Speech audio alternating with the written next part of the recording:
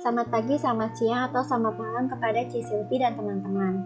Pada hari ini, kelompok kami akan mempresentasikan tentang PSAK 46 atau akuntansi pajak penghasilan. Nah, untuk anggota kelompok terdiri dari Calvina Kelvianto, Vivian, Regina Felicia, Bardi Benyamin Ibrahim, Vinisa Salim, Levina, dan Josephine Azelia Konselo.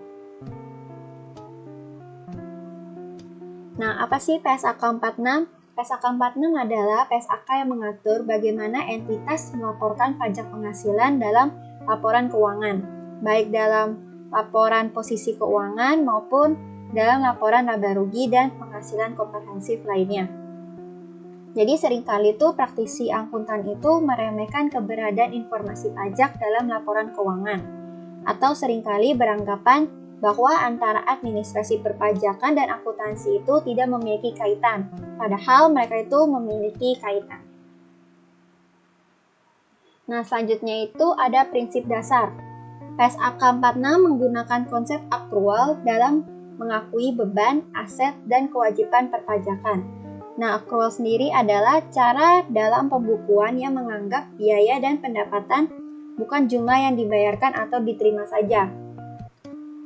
Sehingga setiap penghasilan menurut akuntansi harus tetap memperhitungkan dampak pajak yang harus dibayarkan di masa mendatang maupun yang telah dibayar pada masa sekarang.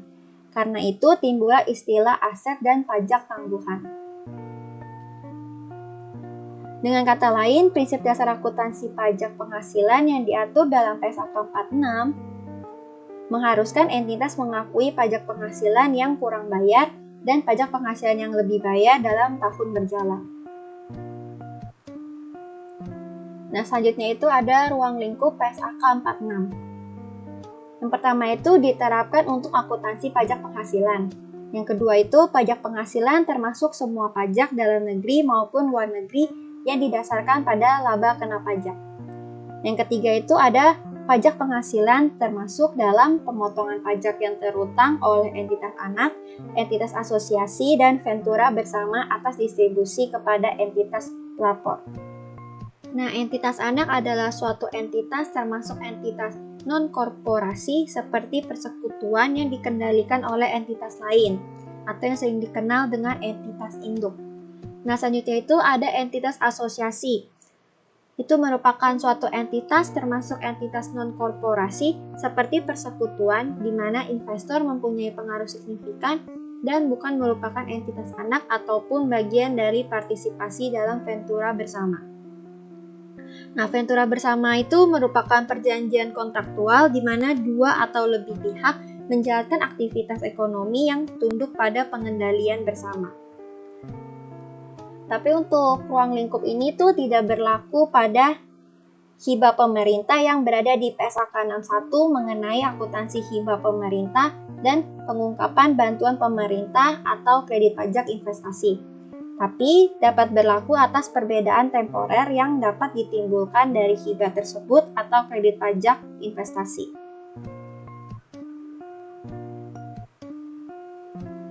Nah, selanjutnya itu ada tujuan PSAK. Mengatur perlakuan akuntansi untuk pajak penghasilan.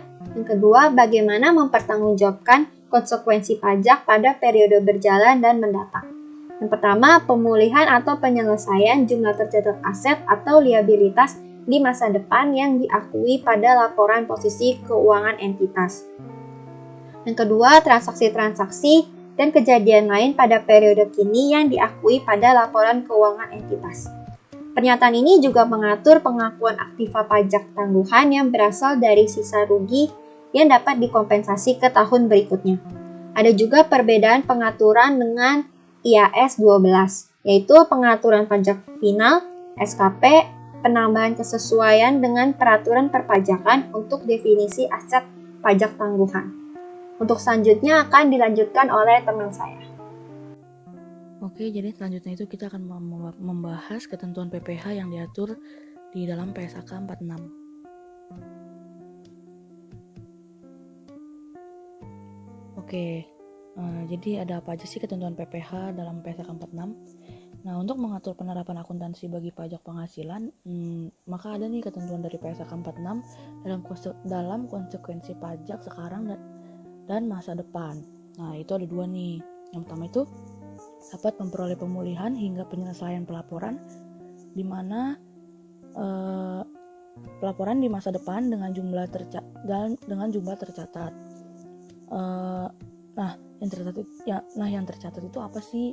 Yang tercatat itu aset atau liabilitas yang diakui pada pelaporan posisi keuangan. Nah, jadi yang pertama ini dapat memperoleh pemulihan hingga penyelesaian pelaporan di masa depan dengan jumlah tercatat. Nah, yang tercatat itu aset atau liabilitas yang diakui pada laporan posisi keuangan perusahaan. Nah, ada juga yang kedua itu memiliki transaksi atau peristiwa lain serta mengakui adanya laporan keuangan entitas. Nah, transaksi dan peristiwa lainnya itu tuh yang di dalam periode berjalan nih maksudnya. Nah, kemudian pernyataan standar akuntansi keuangan memiliki syarat, yaitu di mana entitas harus menyamakan cara perhitungan konsekuensi pajak dalam transaksi maupun peristiwa lainnya. Maksudnya perhitungan yang sama tuh gimana? Jadi dia itu menggunakan prinsip hitung transaksi yang sama gitu. Jadi maupun dia transaksi atau dalam bentuk peristiwa lain itu tetap pakai prinsip hitung transaksi. Lalu dalam transaksi yang berjalan dan transaksi itu diakui dalam laporan laba rugi juga akan berdampak nih pada pajak atas transaksi yang terjadi itu. Makanya pajak tersebut juga harus diakui dalam laba rugi. Terus kemudian itu ada beberapa dampak pajak yang terjadi dalam transaksi ataupun peristiwa lainnya tuh, tapi dia tuh diakuinya di luar laba rugi, maka dia akan diakui tetap diakuin di luar laba rugi. Nah, kalau yang tadi itu kan pajaknya itu berdampaknya pada laporan laba rugi. Nah, jadi dia diakuinya dalam laba rugi. Kalau yang ada juga yang di luar, nah itu diakuinya di luar. Nah, selanjutnya apa saja sih cangkupan standar PSAK 46? Nah, untuk penerapan PSAK bagi akuntansi pajak penghasilan tentunya akan melibatkan seluruh pajak. Benar-benar dia tuh mencakup seluruh pajak penghasilan gitu ya, yang dalam negeri walaupun yang di luar negeri nih, berdasarkan laba yang dikenakan pajak. Nah, selain itu di dalam pajak penghasilan yang termasuk pajak-pajak, misalnya seperti pemotongan pajak atas distribusi, akan memotong pajaknya kepada entitas pelapor yang terutang, yaitu terdiri dari entitas asosiasi, entitas anak, ataupun pengaturan bersama. Nah, di contoh PSAK 46 ini dikenal beberapa istilah di dalamnya seperti beban pajak, laba akuntansi, laba kena pajak penghasilan final, pajak kini, dan perbedaan temporer. Nah, istilah-istilah dalam PSAK 46 ini akan dijelaskan oleh teman saya nanti. Selanjutnya saya Vivian akan membahas mengenai istilah dalam PSAK 46.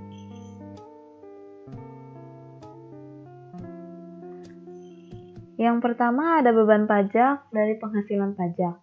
Beban pajak ini adalah jumlah agregat pajak kini dan pajak tangguhan yang diperhitungkan dalam menentukan laba atau rugi suatu periode.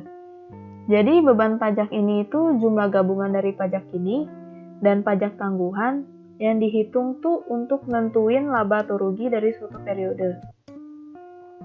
Beban pajak ini terdiri dari beban pajak kini dan juga beban pajak tangguhan. Selanjutnya ada laba akuntansi. Laba akuntansi adalah laba berugi selama satu periode dikurangi dengan beban pajak. Kemudian ada juga laba kena pajak atau laba fiskal, di mana laba kena pajak atau laba fiskal ini adalah laba atau rugi selama satu periode yang dihitung itu berdasarkan peraturan yang ditetapkan oleh otoritas pajak atas pajak penghasilan yang terutang atau dilunasi. Selanjutnya ada pajak penghasilan.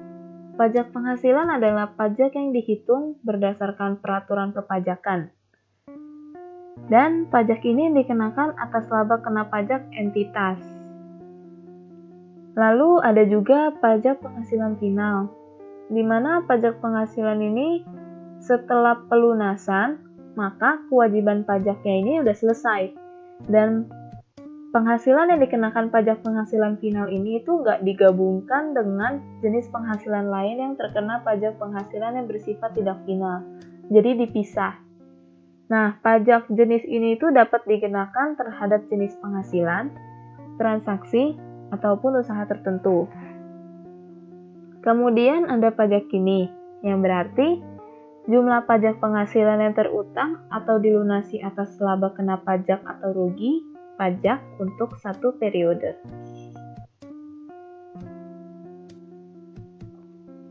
Selanjutnya ada pajak tangguhan. Pajak tangguhan adalah beban pajak atau manfaat pajak yang dapat mengurangi beban pajak tahun yang bersangkutan. Nah, definisi akun pajak tangguhan ini tuh bisa dipahami dari dua sudut pandang. Dari sudut pandang aset dan juga dari sudut pandang liabilitas.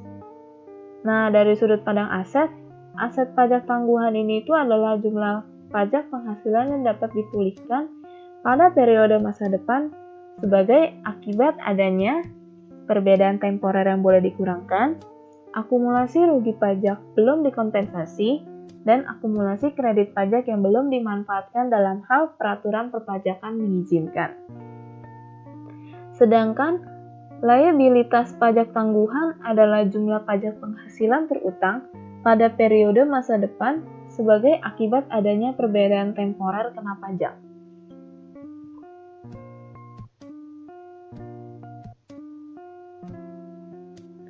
Selanjutnya ada DPP atau dasar pengenaan pajak.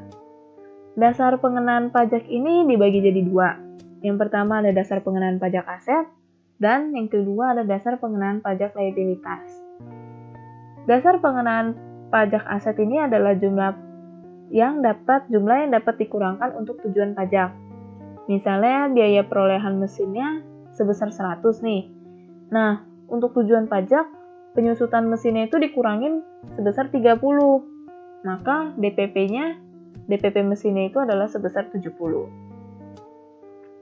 Sedangkan dasar pengenaan pajak liabilitas adalah jumlah tercatat liabilitas dikurangi dengan setiap jumlah yang dapat dikurangkan untuk tujuan pajak. Misalnya ini jumlah yang tercatat liabilitas jangka pendek termasuk beban yang masih harus dibayar itu sebesar 100. Nah, beban tersebut itu udah dikurangin untuk tujuan pajak. Maka dasar pengenaan pajaknya atas beban yang masih harus dibayar itu adalah sebesar 100. Selanjutnya akan dilanjutkan oleh teman saya. Nah, selanjutnya saya Finisa akan membahas definisi istilah dari perbedaan temporer. Nah, perbedaan temporer itu ada perbedaan temporer kena pajak dan perbedaan temporer yang dapat dikurangkan. Nah, kita akan bahas tentang perbedaan temporer dulu. Nah, perbedaan temporer itu sendiri adalah perbedaan antara jumlah tercatat aset atau liabilitas pada posisi keuangan dengan dasar pengenaan pajaknya.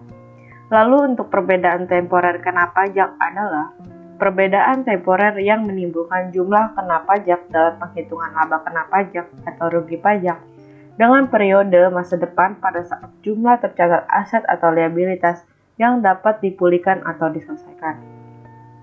Lalu untuk perbedaan temporer yang dapat dikurangkan itu sendiri adalah perbedaan temporer yang menimbulkan jumlah yang dapat dikurangkan dalam penghitungan laba kena pajak atau rugi pajak dengan periode masa depan pada saat jumlah tercatat aset atau liabilitas yang dapat dipulihkan atau diselesaikan. Nah, selanjutnya itu ada perbedaan temporer kena pajak. Setiap perbedaan temporer kena pajak itu dapat diakui sebagai liabilitas pajak tangguhan, kecuali jika timbul perbedaan temporer kena pajak, yang bisa berasal dari pengakuan awal goodwill dan pengakuan awal aset atau liabilitas dari suatu transaksi yang bukan transaksi kombinasi bisnis, atau pada saat transaksi tidak mempengaruhi laba akuntansi dan laba kena pajak atau rugi pajak. Namun, untuk perbedaan temporer kena pajak ini tuh terkait dengan investasi pada entitas anak, cabang, entitas asosiasi, serta pada bagian partisipasi dalam ventura pengaturan bersama, liabilitas pajak tangguhan itu sendiri dapat diakui sesuai dengan paragraf 41. Lalu selanjutnya ada liabilitas akibat goodwill. Pengakuan liabilitas pajak tangguhan akibat keberadaan goodwill itu tidak diperbolehkan. Kenapa? Karena goodwill itu diukur sebagai sisa dan pengakuan liabilitas pajak tangguhan akan meningkatkan jumlah tercatat goodwill. Lalu selanjutnya ada perbedaan temporer dapat dikurangkan. Nah, setiap perbedaan temporer itu dapat dikurangkan dan diakui sebagai aset pajak tangguhan yang juga dapat bisa dimanfaatkan untuk mengurangi laba. Kecuali jika aset pajak tangguhan itu sendiri timbul dari pengakuan awal aset atau pengakuan awal liabilitas, yang dalam transaksinya bisa berasal dari pengakuan awal aset atau liabilitas dari suatu transaksi yang tidak dapat mempengaruhi laba akuntansi dan laba kena pajak atau rugi pajak, atau pengakuan awal goodwill. Namun untuk perbedaan temporer itu dapat dikurangkan terkait dengan investasi pada entitas anak, cabang, entitas asosiasi, serta bagian partisipasi dalam pengaturan bersama, maka aset pajak tangguhan dapat diakui sesuai dengan paragraf 46. Oke, sekarang saya akan menjelaskan tentang perbedaan permanen dan perbedaan tetap dalam pajak. Nah, apa sih itu perbedaan permanen? Nah, jadi perbedaan permanen itu adalah perbedaan pengakuan pajak yang timbul karena terjadi transaksi-transaksi pendapatan dan biaya yang diakui menurut akuntansi komersial dan tidak diakui menurut fiskal atau pajak. Jadi pengakuan hal tersebut atau pengakuan yang diakui menurut akuntansi komersial dan tidak diakui menurut fiskal atau pajak biasanya tuh ada di kategori-kategori di bawah ini. Yang pertama tuh ada menurut akuntansi komersial merupakan penghasilan, sedangkan menurut ketentuan PPh bukan penghasilan. Misalnya, dividen yang diterima oleh perseroan terbatas atau PT sebagai wajib pajak dalam negeri dari penyertaan modal sebesar 25% atau lebih pada badan usaha yang didirikan dan berkedudukan di Indonesia. Itu tuh ada di pasal 4 ayat 3 UU PPh. Yang kedua itu ada menurut akuntansi komersial merupakan penghasilan, sedangkan menurut ketentuan PPh telah dikenakan PPh yang bersifat final. Jadi penghasilan ini dikenakan pajak tersendiri, sehingga dipisahkan, jadi itu nggak perlu digabung dengan penghasilan lainnya dalam menghitung PPh yang terutang. Misalnya, ada penghasilan dari transaksi penjualan saham di Bursa Efek, ada penghasilan dari hadiah undian, ada penghasilan bunga tabungan, deposito, jasa giro, dan diskonto BI. Lalu selanjutnya ada juga penghasilan bunga atau diskonto obligasi yang dijual di Bursa Efek, ada juga penghasilan atas persewaan tanah dan bangunan, ada juga penghasilan dari jasa konstruksi atau pengusaha konstruksi kecil, dan yang terakhir ada penghasilan wajib pajak perusahaan pelayaran dalam negeri. Nah, terus yang ketiga atau yang terakhir itu ada menurut akuntansi komersial merupakan beban atau biaya, sedangkan menurut ketentuan PPh tidak dapat dibebankan.